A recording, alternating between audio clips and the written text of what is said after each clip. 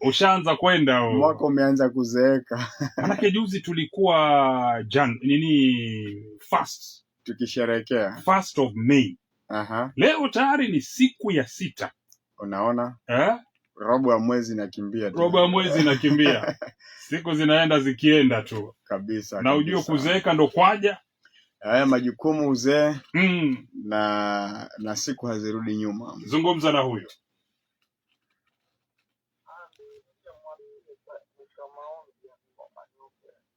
Asante sana mama, tutaomba mwisho wa kipindi. Bila shaka mama coaches amekusikia, amesema ya kwamba mwisho wa kipindi atahakikisha ya kwamba anapiga ombi hapa kwa ajili yako. Msikilizaji, dakika ni 15 baada ya saa 1, saa 2 nataka tuanze. Hey. Yes sir. Sina utu angazetu. Jambo, hali yako kaka?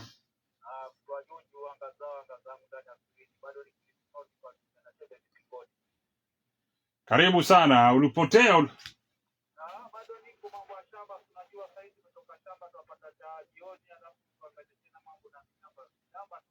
Yaeleweka bro. Asante, tuko pamoja. Asante. Shukran sana kakas. Yey. Yes sir. Fiti mwalimu wangu. Niko salama, na wewe hali yako? Hali yangu safi bwana. Shukran. Yule mwalimu kutoka Gadiri kayafungwa pamoja huko. Aha. Sasa napata lauda ndia. Asante sana. Kutoka shamba na tulia. Napata tajiosa hii. Aha. Mambo si mabaya.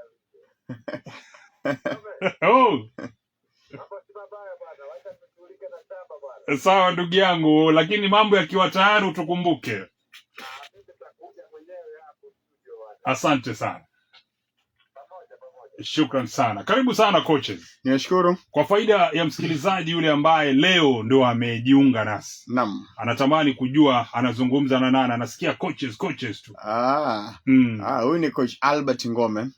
Na tuko kwenye mambo ya awamu ya mashauri ya moyo. Kipindi ambacho kinakujia kila wiki, ambacho tuna mashauri, maongezi, kutiana moyo, kufundishana, kusaidiana, kukosoana, ili kwamba tukaweze kuwa watu bora zaidi, na pia tukaweze kusaidiana katika harakati yote na safari yote hii ya maisha. Joshua Chome, si marahisi vile. Kweli ana changamoto zake. Yako na changamoto. Na wakati moyo umelemewa, moyo umezimia, unapata kwamba unahitaji mwingine ili kwamba mkaweze kusaidiana. Kweli. Kwa hivyo tuko hapa usiku wa leo, naamini kwamba msikilizaji atasaidika. Na wale ambao tufuatilia pia, nafikiri tuko live Tuko live kwa page ya Pwani FM. Na vile Albert C Ngome. Tafuta Albert C Ngome utatupata, tuko live pale, ama Pwani FM. Tupatie jumbe zako pale kwa comment section. Tutakuwa tunazisoma wakati tukiendelea mbele. Labda leo tunajadili swala gani? Kichwa cha kile ambacho tunakijadili. Tunarudia. Tulikuwa nalo ili somo nafikiri wiki 2 zilizopita. Tulikuwa tunaongea kuhusu bidii. Ya kwamba bidii tu peke yake haitoshi. Effort alone is not enough. Sasa tukawa kidogo na shida ya mtandao, na watu wengi wakanipigia simu sana, wakaniambia coach, lile somo tafadhali, wakaniomba tafadhali ile somo tulirudie tena. Wanasema due to public demand. Na tukatii, kwa sababu msikilizaji ndio boss, ndio kusema. True. Kwa hivyo haina haja tuwe na mada mpya. Na hali ile nyingine hatukuwa tumemaliza. Sasa leo tutakuwa tukiangalia, tukizameli swala la bidii. Unajua Cheme, kuna dhana ambayo iko common sana. Yes. Tunasema kwamba kama wewe uko na bidii, kama wewe ni mtu ambaye ni mkakamavu kwa kazi, utafanikiwa maishani. Kama wewe ni mtu umesoma sana, utafanikiwa maishani. Kama wewe ni mtu ambaye uko na connection, uko connected, utafanikiwa sana. Wengine tunasema kama wewe uko talented, uko na kipaji, wewe utafanikiwa sana. Sasa ni kweli ya kwamba kipawa ni muhimu, skill ni muhimu, experience ama ujuzi ni muhimu. Naam. Na pia bidii ni muhimu sana. Lakini ukweli ni kwamba jamii ambayo tunaishi sasa, mimi na wewe tu mashahidi. Naam. Ya kwamba kuna watu wengi ambao wameelimika sana na hawajafanikiwa ama hawaishi maisha mazuri. Kuna wengine wako na vipaji, so talented.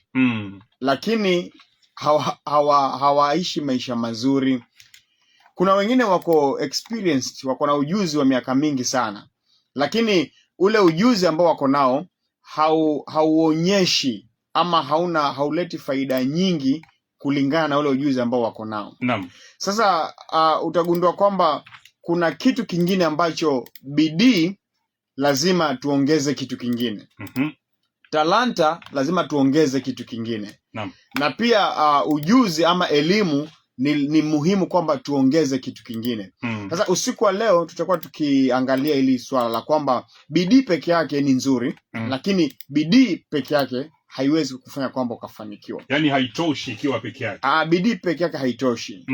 Na tukiweza kuongezea ama tukiweza kujifunza haswa nini kingine ambacho tunaweza kufanya, basi tutagundua kwamba bidii yako itakuzalisha ama itakuzalia matunda. Sijui kama umesikia kuna kitu ambacho kinaitwa hidden potential. Hidden potential. Yaani uweza ambao umefichika.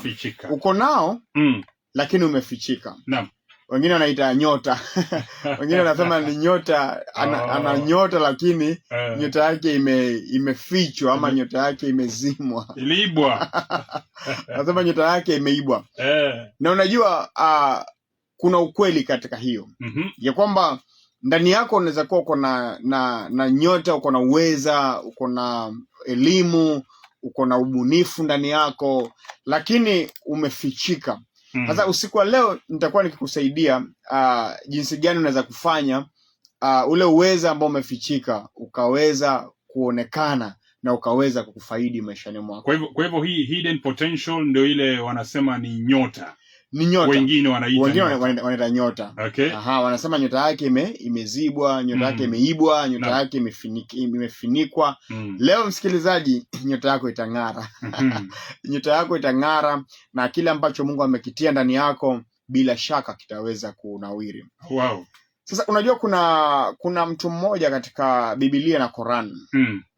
Huyu mtu anaitwa Mfalme Sulemani. Naam. Nitakuwa nikimtumia yeye usiku wa leo kukuonyesha uhalisia ya kwamba bidii peke yake haitoshi. Kwa sababu Solomon ama Sulemani ndiye mtu mmoja ambaye tunamsoma katika historia za kidini. Naam. Ya kwamba alikuwa mtu ambaye amefanikiwa sana, mtu ambaye alikuwa ni tajiri sana. In fact Biblia inasema kwamba alikuwa ni mwenye hekima sana kushinda mtu yeyote ambaye ashawahi kuishi. Nasikia hiyo sifa ya kwamba alikuwa the most mtu ambaye ni mwenye hekima nyingi zaidi. Na aliandika nyimbo nyingi, aliandika mashairi mengi, alikuwa mtu ambaye alikuwa na mwanabiashara. Nilikuwa nikisoma ama nikifanya study ya Solomon. Naam. Solomon wanasema wadadisi wa kibiashara wanasema Solomon alikuwa tajiri sana.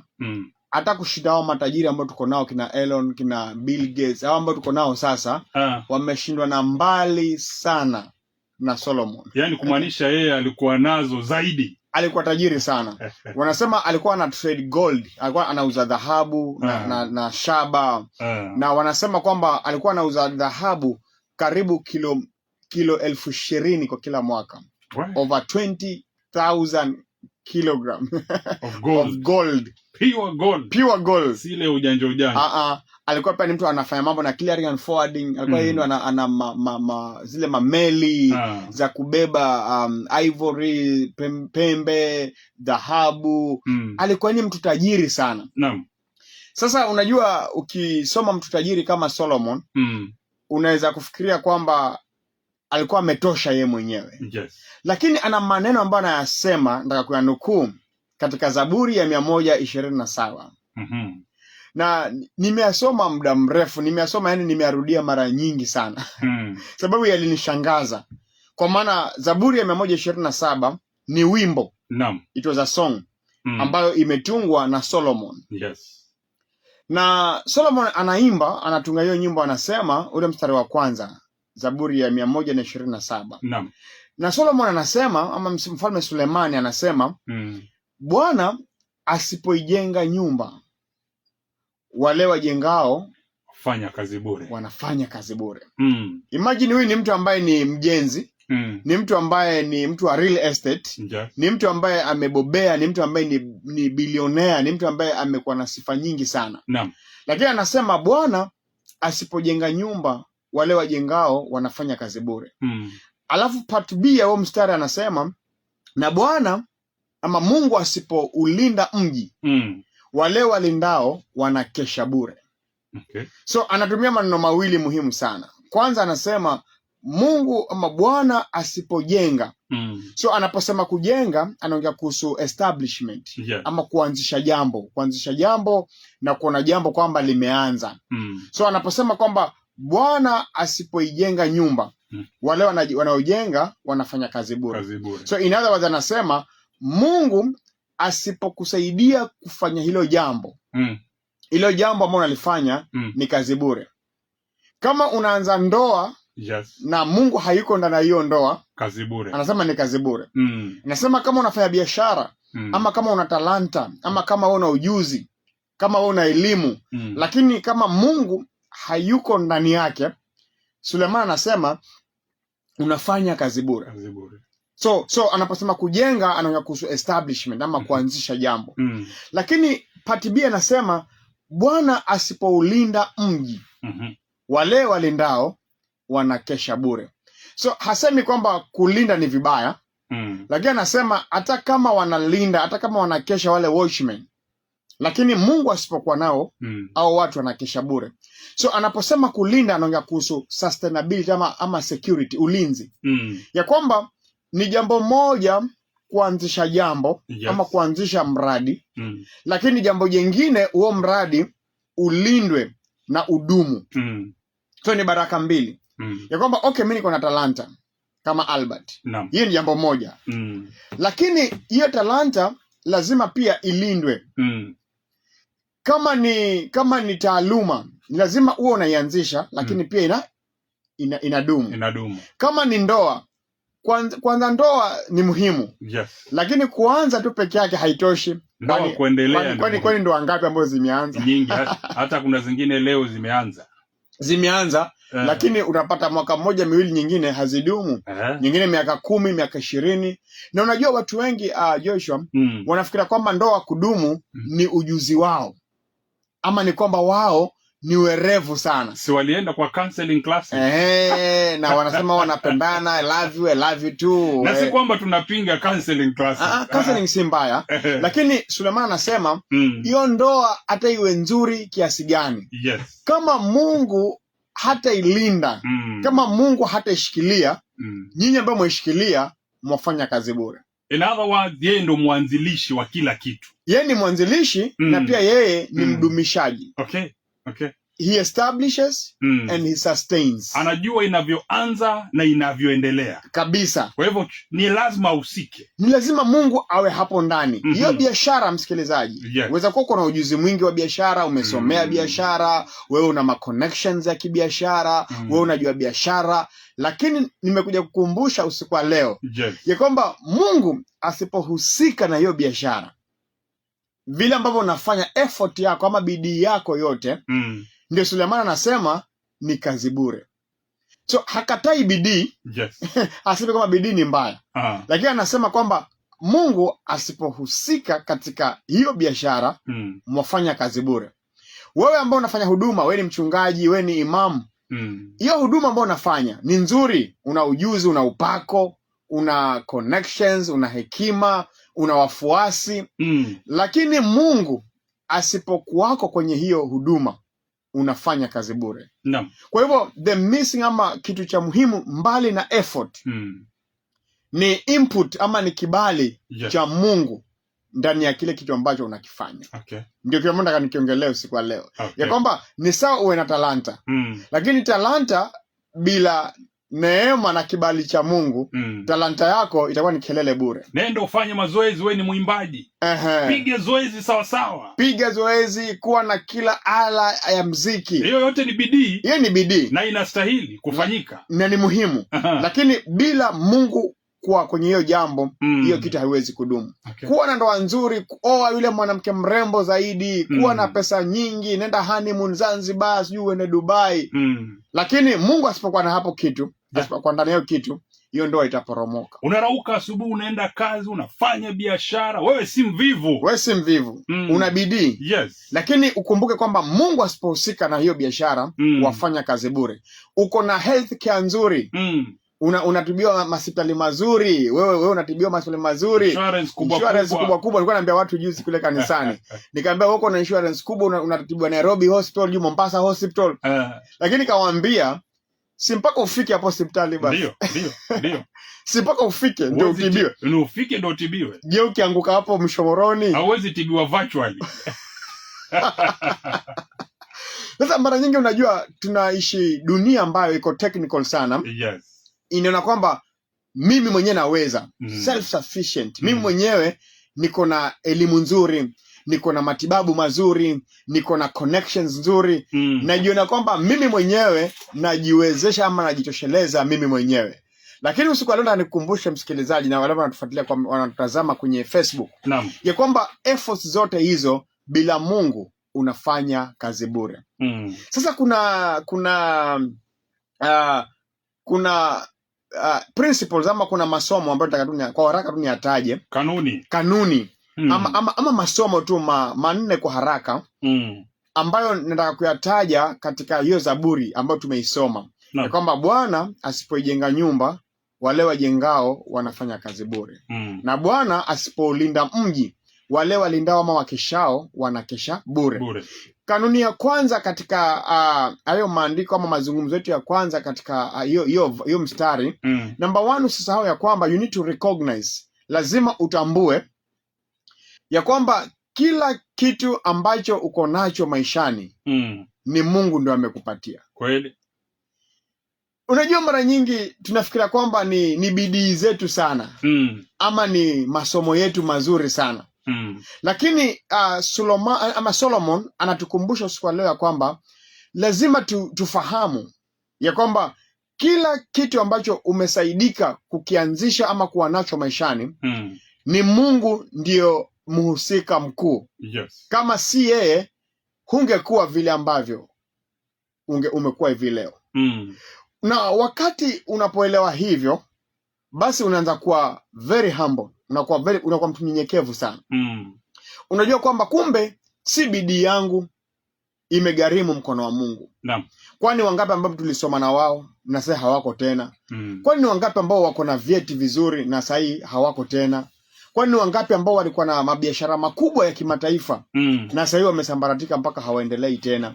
So unagundua ya kwamba sio ujuzi wako ama sio nguvu zako ama sio bidii yako ambayo imekupatia kile ambacho uko nacho usiku wa leo. Yes. So number 1, you all the time recognize ama jifundishe kugundua ama uelewe ya kwamba kile ambacho niko nacho ni Mungu ndio amenipatia.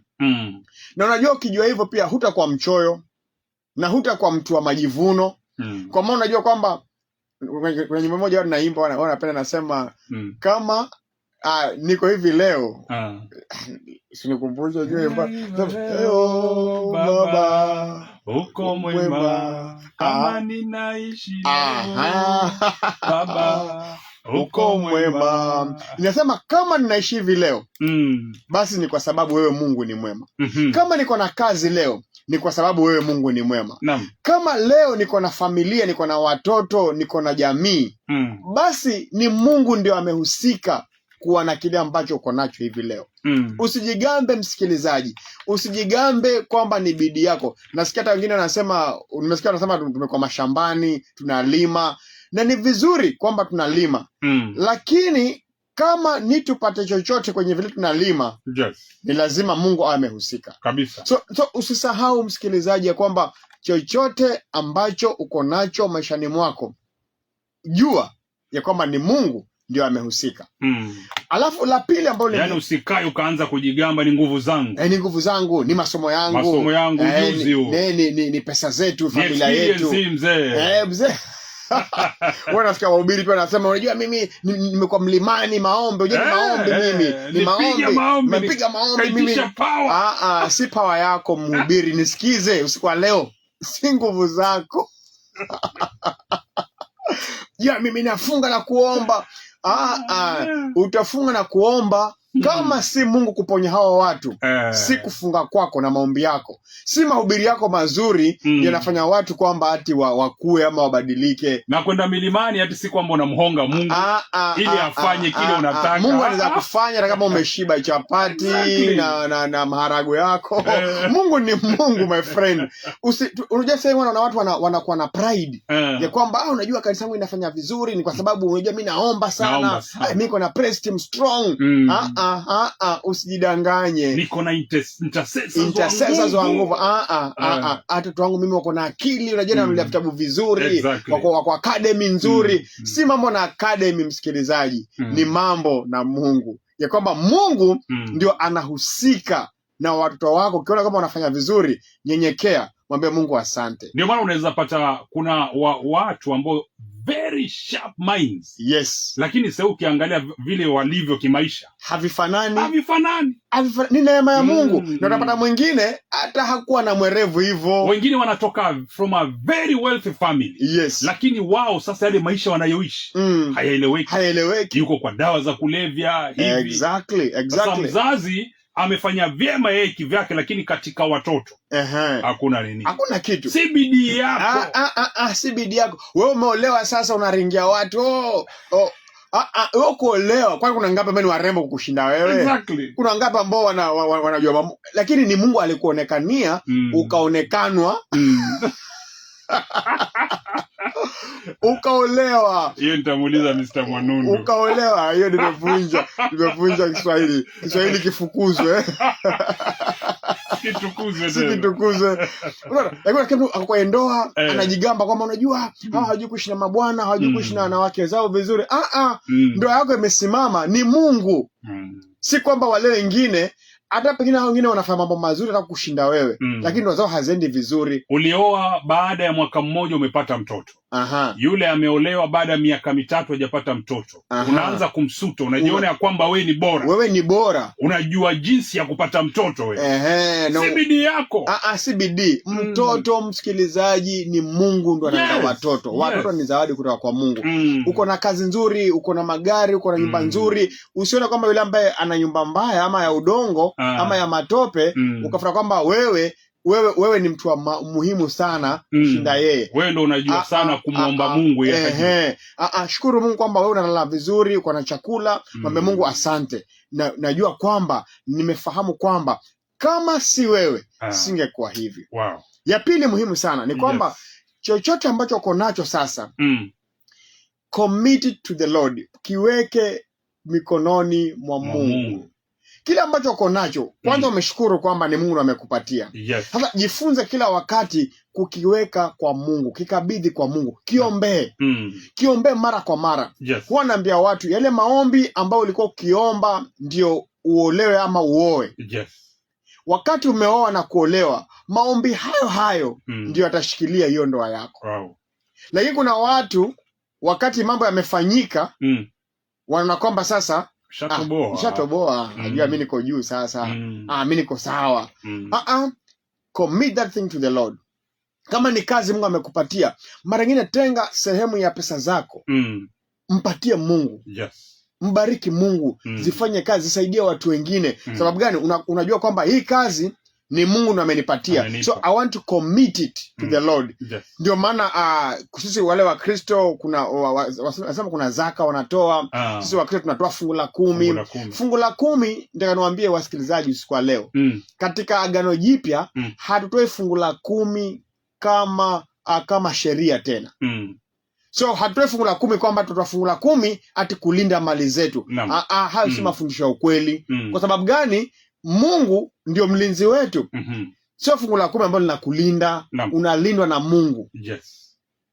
Lakini tunatoa fungu la 10 na sadaka zetu nyingine za upendo kuonyesha ama ni ishara kumwambia Mungu kwamba najua ya kwamba wewe ndio umenipatia hii kazi. Exactly. Wewe ndio umenipatia hizi baraka. So natenga, na kama wewe unampenda Mungu zaidi, hata si lazima ucalculate hiyo 10%. Mimi wanatoa zaidi ya 10% kwa Mungu.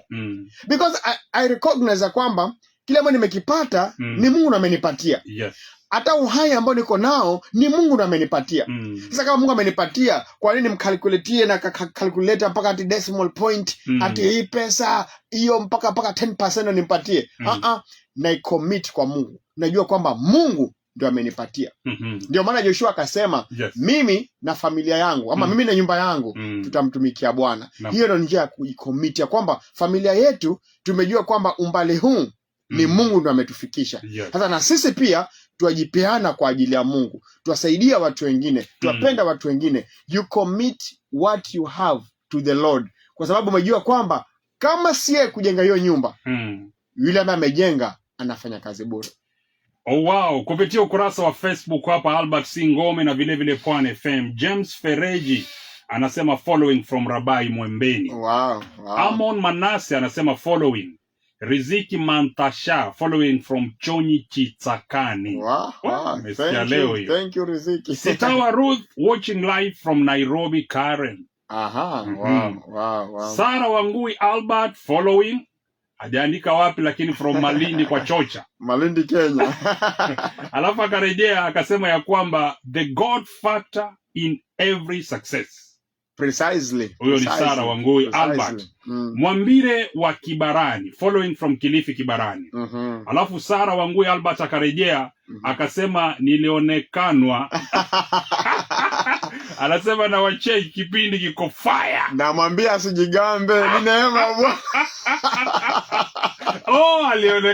Alionekana, mshukuru Mungu. Priscilla Kubo. Yes. Anasema hapo umesema pastor. Shukran. So number 1, recognize, jua kwamba ni Mungu ndio amefanya. Yes. Number 2, mkabidhi Mungu kile ambacho amefanya. Number 3, muhimu sana. Usianze chochote. Nasisitiza usianze chochote bila Mungu. Yes. Kwa maana nasema kwamba Bwana asipoijenga nyumba, wajengao wanafanya kazi bure. Bwana asipolinda mji, walindao wanalinda bure, wakesha bure. So in other words, ni kama Mungu anasema usianze kitu bila mimi, kama mimi siko ndani ya kitu. Right. God must be involved in that thing. So chochote ambacho unakifanya, kama ni relationship, hata kama ni kuchumbiana. Unajua una vijana wanachumbiana kwa mitandao, wanafikiri kwamba tu it's about sisi wenyewe tu. Jiulize, is God in this thing? Yes. Kama ni biashara nataka kuanza, je, Mungu amehusika? Kama ni huduma nataka kufanya, je, Mungu amehusika?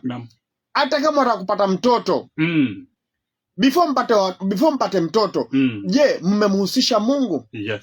Sasa sisi mara nyingi huwa hatumhusishi Mungu kwenye mambo yetu. Halafu wakati usipomhusisha Mungu kwa jambo lolote lile, Mungu asipokuwako kwenye jambo lile ambalo unalifanya, kitu cha kwanza ambacho kinafanyika ni kwamba hicho kitu hakitadumu. Yes. It won't last. Anything, kitu chochote ambacho Mungu hayuko ndani yake, hicho kitu hakitadumu. Nakuwa kama mbio za masafa mafupi. Exactly. Ni kama wanasema ni mbio, wanasema ni ngoma ya vijana. Wanasema haikeshi. Jamaa anachomoka 100 meters unafikiria kama anaenda mbali. Haikeshi. Wale wahubiri wana wengine wanaanza huduma tu mbio wanaona kama tu mimi niko na pesa, nimenunua niko na hall, niko na PA nzuri, niko na nini najua kuhubiri. Wewe anza hiyo huduma yako. Ama niko na tent kubwa pale. Na unajua kizunguzungu chako kingi. Anza na haja nyingi. Anza. Na hakitadumu. Yes. Kwa maana ni Mungu ndio hudumisha kile ambacho tunakianzisha. Yes. Alafu kitu cha pili, wakati kama Mungu hayuko ndani ya kitu, that thing will frustrate you. Hicho kitu kitakukera. Hakikupi amani. Si mimi na cancel wanandoa wengi? Yes. Na mimi naona watu wengi ndoa zao ziko na mashimo na maumivu na wako frustrated kwa sababu from the word go, kwanza hiyo kitu ulikuwa unaanzia, Mungu hakuwako. Ulianza tu mwenyewe, huyu jamaa anafanya nchi yuko kwa na madada na wasanii wakiona mwanamume tu sijui hati afanya kazi sijui wapi, umeivaiva, moyo tayari umetetemeka, maini yamekuchemka. Dada anaulizwa ni yupi? Ni yule anapiga solo guitar pale kwa Pastor Albert. Yule anapiga keyboard yule. Huolewe na keyboard dada. Alafu wapata dada na ndugu pia. Unajua dada ya miguu iko sawa. Na huko backbone wanasema miguu utafikia kamba iko na utumbo. Imagine wanasema rangi ni rangi ya tenga. Alafu uko nyuma huko uko sawa. Ni kama wapeleka mtu buchari. Sasa nakwambia usikuelewa kwamba kitu chochote ambacho Mungu hayuko ndani yake kitakukera, kitakutoa amani.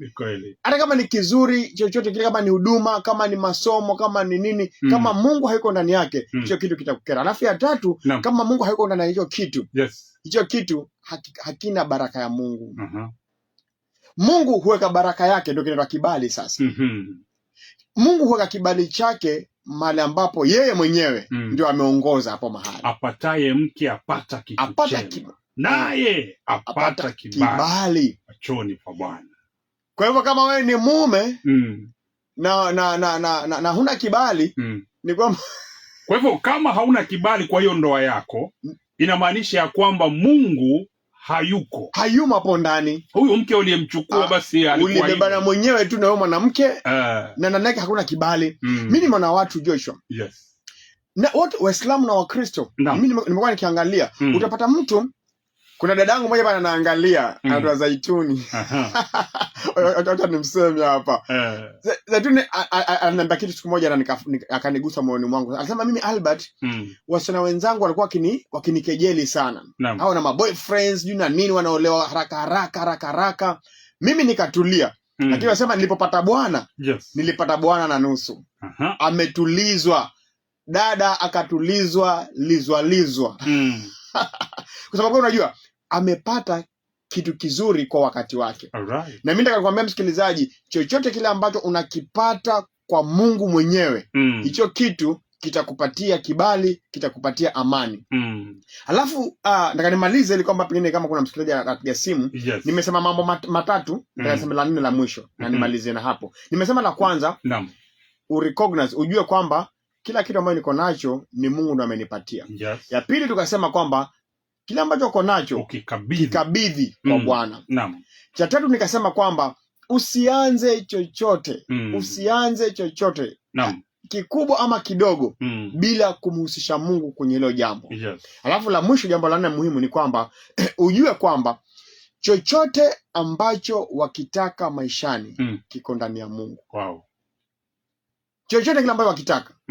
Kama ni uponyaji, kama ni amani, kama ni ndoa nzuri, kama ni mtoto, kama ni promotion kwa kazini, kama ni biashara kunawiri, chochote ambacho wakitaka kiko ndani ya Mungu. Ndio maana Suleiman anasema bila Mungu wale ambao wanafanya kazi bure. Kwa maana anajua kwamba kila ambacho nakihitaji maishani mwangu mimi kiko ndani ya Mungu. Na ukielewa hivyo msikilizaji, utakombolewa na attitude ya self sufficiency, ya kujiona kwamba wewe mwenyewe wajitosheleza ama mwenyewe watosha.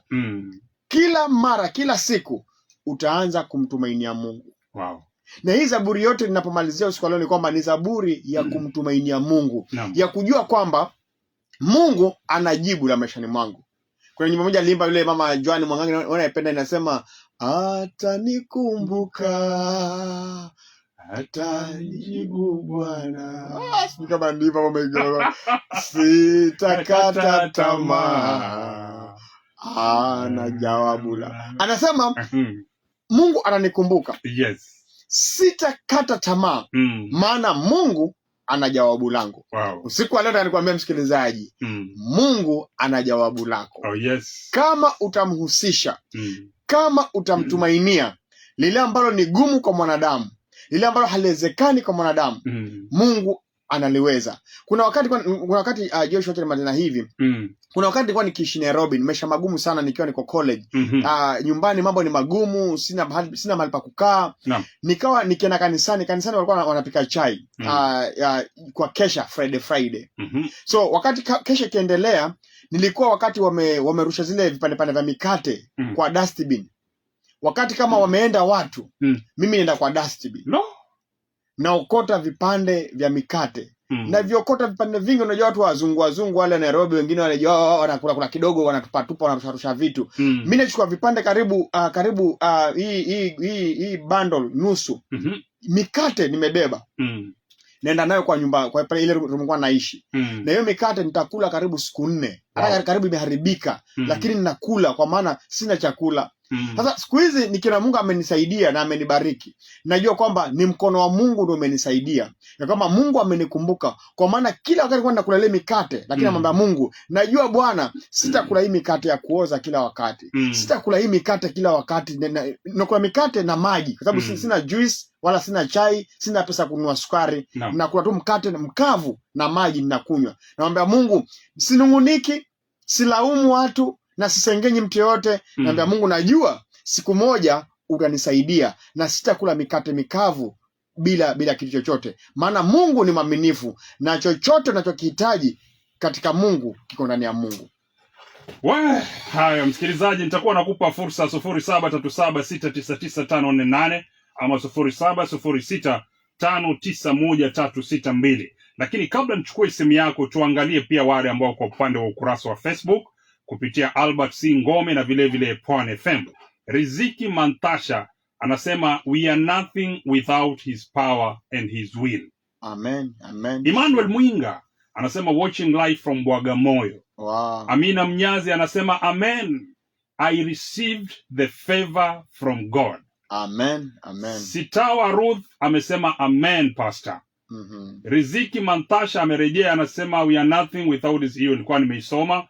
Alafu Amina Mnyazi akarejea akasema more grace man of God. Amen. Haya msikilizaji, fursa ni yako kwa sasa. Hello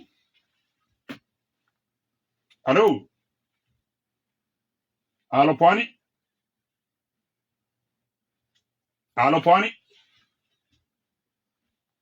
Hataki kuzungumza. Nambari ni 0737699548 ama nambari 0706591362. Hello. Amina. Karibu sana Elijah. Amen, nimeshukuru na pia nimesalimika. Aha.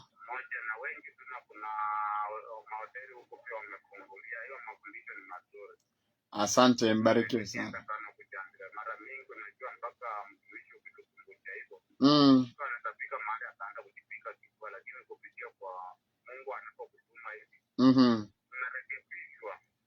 Sure.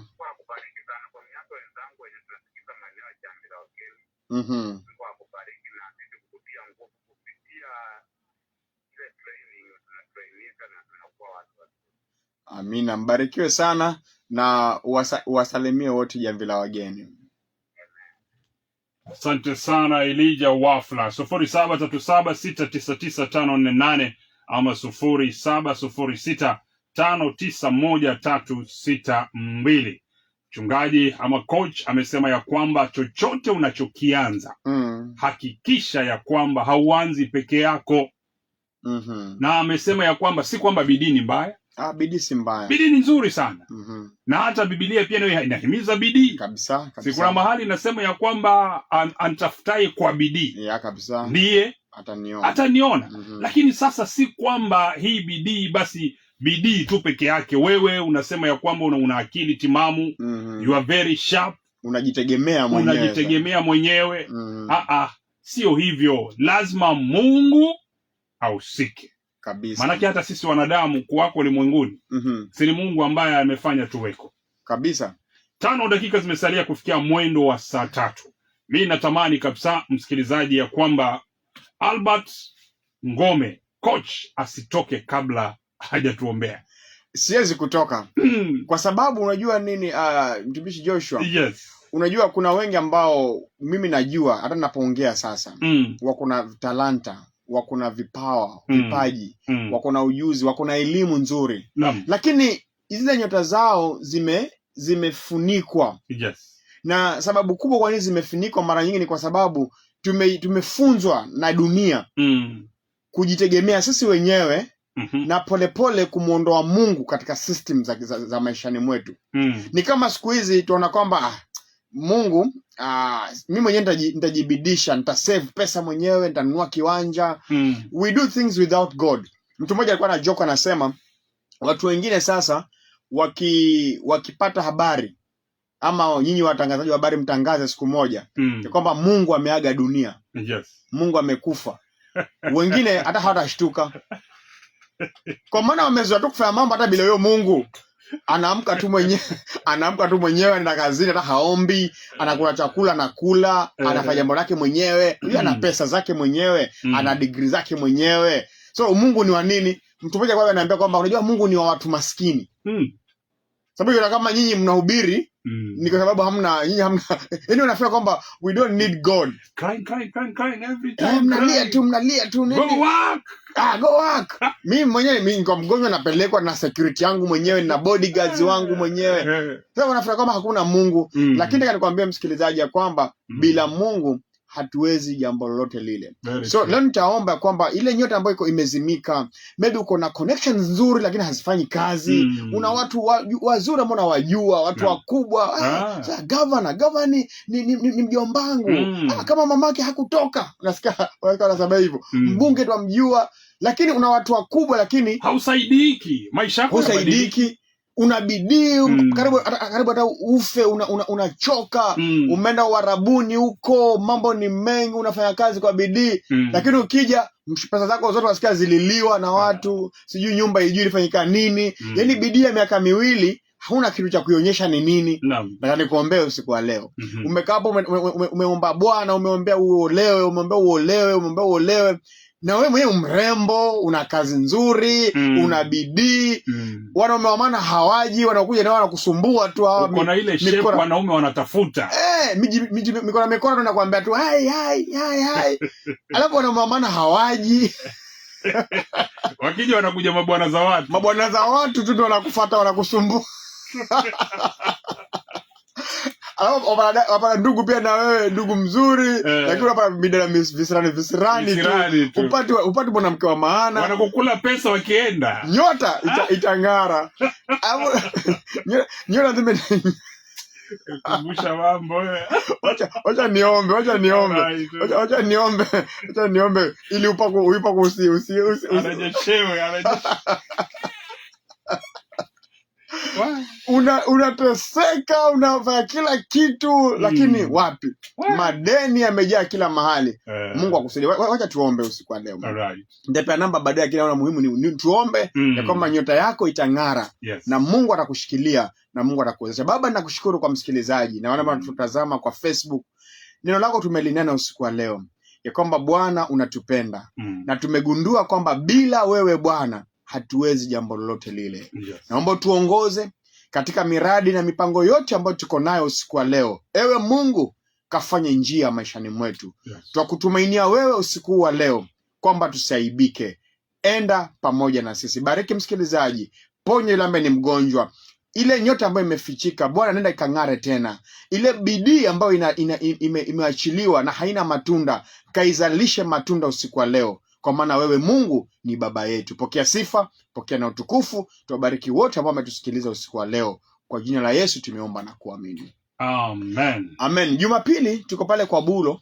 Tuko pale kwa Bulo kwa ibada asubuhi saa 4 mpaka saa 6. Alafu Ijumaa tuko Malindi pale Kinondoni Hotel.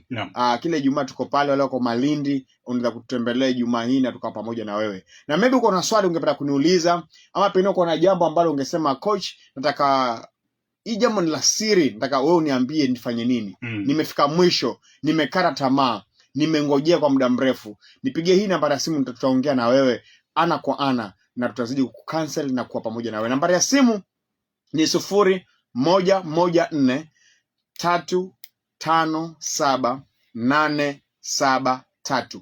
Nitarudia tena 0114357873. Tuajaliwe Jumatano ijayo tena tutakuwa tena mjengoni kwa masuala mengine tena ya mashauri ya moyo. Amen. Mungu akubariki sana coach. Shukran sana brother. Mungu akubariki sana mtumishi. 3 juu alama, msikilizaji, tutakuwa unapokea Pwani jioni.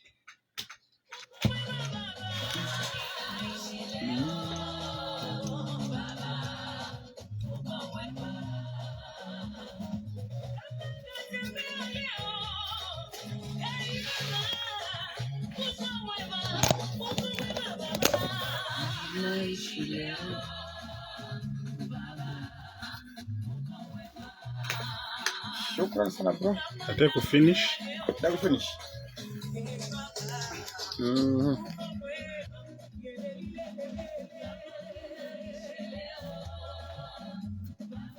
a nice show. Bashukuru Mungu.